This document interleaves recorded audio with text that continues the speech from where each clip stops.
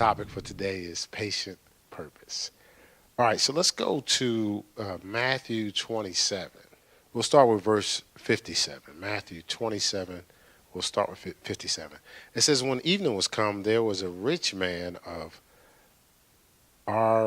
Arimathea, that's the best I can do, named Joseph, who also himself was Jesus' disciple. It says that he went to Pilate and begged the body of Jesus. Then Pilate commanded the body to be delivered. And when Joseph had taken the body, he wrapped it in clean linen cloth. And verse 60, and laid it in his own new tomb, which he had hewn out in a rock, and rolled a great stone to the door of the sepulchre, and departed. The key focus here is verse 60. So here Joseph takes Jesus' body and he lays it in a tomb. He says it was a new tomb that he had hewn out, meaning he cut out the tomb. So we're talking about in a rock. You know, I mean, if you've seen any of the footage of the story of Jesus and stuff like that, and they took many men to roll a stone to cover it. So that means he cut the stone that was going to cover it, but he actually cut out the tomb that Jesus was in. Do you imagine the patience that it takes to do something like that? Huh? Yeah, look at the time. Like, how many of us, you're cutting out a tomb? I mean, I was reading through it and I said, wait a minute. He cut out the tomb?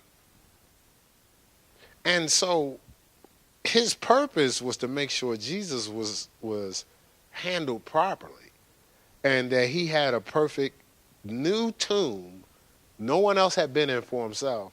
And he took the time, he had patience to fulfill his purpose.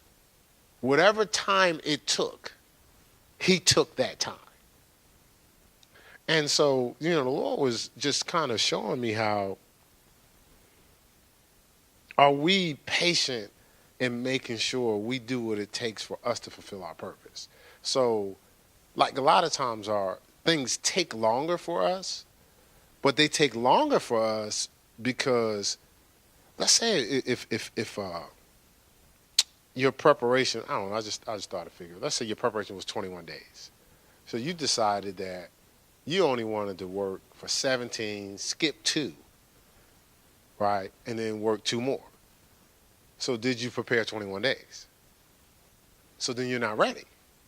So now you got to go, what? Another 21 days. Now, remember when I just had to shoot, you just prepare for camp, so you shoot 5 shots in a row, so goals to make 100 in a row. I never made 100 in a row. But I remember, if you missed, because you want to at least make 50 in a row, but if you missed, you had to start all over again. Right? So it's what I realize is we're making things take longer because we're not patient enough to just complete what God told us to do originally. So look at here at James chapter 1.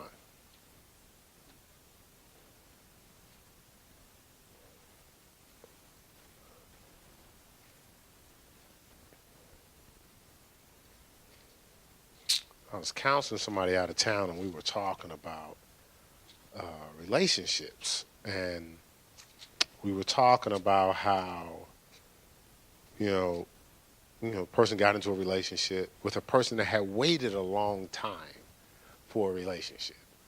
So you got we've all been around, so you got different type of relationships. You got people that just can't stand to be alone. Maybe they're used to family being with somebody, so they may jump into a relationship quick. But then you have people that seen so much abuse in relationships, they may take their time because what are they saying? I want to make sure what? Right, that I don't end up like the other people. So actually I'll use me because that was me. I was like, well, if I get married, I want to be married for the rest of my life. And I was so patient because I was like, I don't want to end up in divorce and then my children end up in foster care because I didn't like that experience. So that means if I'm patient, I'm looking for something. something in particular. And I'm willing to wait for exactly what I want. So I remember when I worked with the youth, I used to tell the youth, you can get anything you want if you're just patient, you wait for it. So I think about my first car. The first car was brand new, and I just was naive to what it take to buy a car. So I remember when I got the car and I was driving off the lot, I was looking around thinking that they would come back and tell me, you can't have that car. Like, I just thought, surely I'm not worthy to have a new car.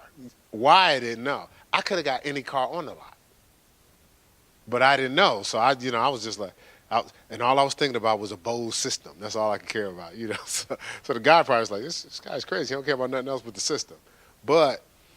And when I thought about it, I said, wow, I was patient enough to get the new car. So I saved up enough to make the down payment. But if I hadn't had a car at that time. You realize I could have just waited and paid for the car cash.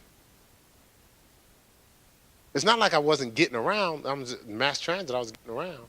But like my patience had a limit to it. So let's look here, James chapter 1, verse 2. It says, my brethren, count it all joy when ye fall into diverse temptations, different tests and trials, or times of measurement. Look at it as diverse temptations, different tests and trials, but I want you to look at it as when you fall into times of measurement, when you get in a situation where you're being measured at different times in your life, okay? It says, knowing this, that the trying of your faith worketh patience. It says, let patience have its perfect work, that you may be perfect and entire, lacking nothing. Now, young and old, think about most of the things that we regret. We can always, most of the time, attach it to patience. If I'd have just waited. If I'd have just been a little more patient. If I'd have just thought this through a little more. If I just wouldn't have reacted, really took my time. And one of the things over the years I had to learn was how to respond and not react. Because a lot of times you react, you can end up making a crazy decision that you'll regret later, so you want to make sure you respond. Like, remember when David, when he showed up and his family was gone, if he would have reacted, he'd be like, okay, I'm a warrior. They took my family. What I do is I destroy folk. So what I'm going to do is go destroy some folk. But he didn't do that. The scripture says he inquired of the Lord, and he made a statement. He says, shall I pursue? Even when it looked obvious, he had the patience to say, this looks like I really don't need your call on this one, God. But he said, shall I pursue? As if it was an option, something that seemed obvious to his benefit and what he was already skilled at. He still inquired of the Lord because he didn't want to, he realized, yes, I'm good at what I do, but I'm not good at what I do without God out ahead of me. So if God's not going, I'm not. So the only way I'm going is when God's going. I was asked a question before I got into pastoring by my former leader. And the question was, do you feel urgent? I said, well, I'm pretty much not urgent in anything I do. I said, I don't want to be ahead of God or behind him. I want to be with God. Because that's the only place I've found peace in my life. Like if I'm out ahead of God, I don't feel comfortable out there. I was like, whoa, I feel naked.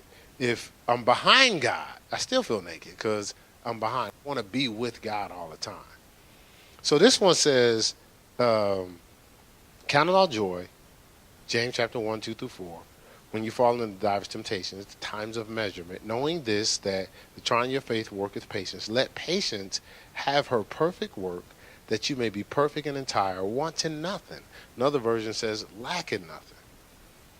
So if I want to lack nothing, I have to employ patience. I got to give patience a job. We employ everything else, but do we give patience an opportunity?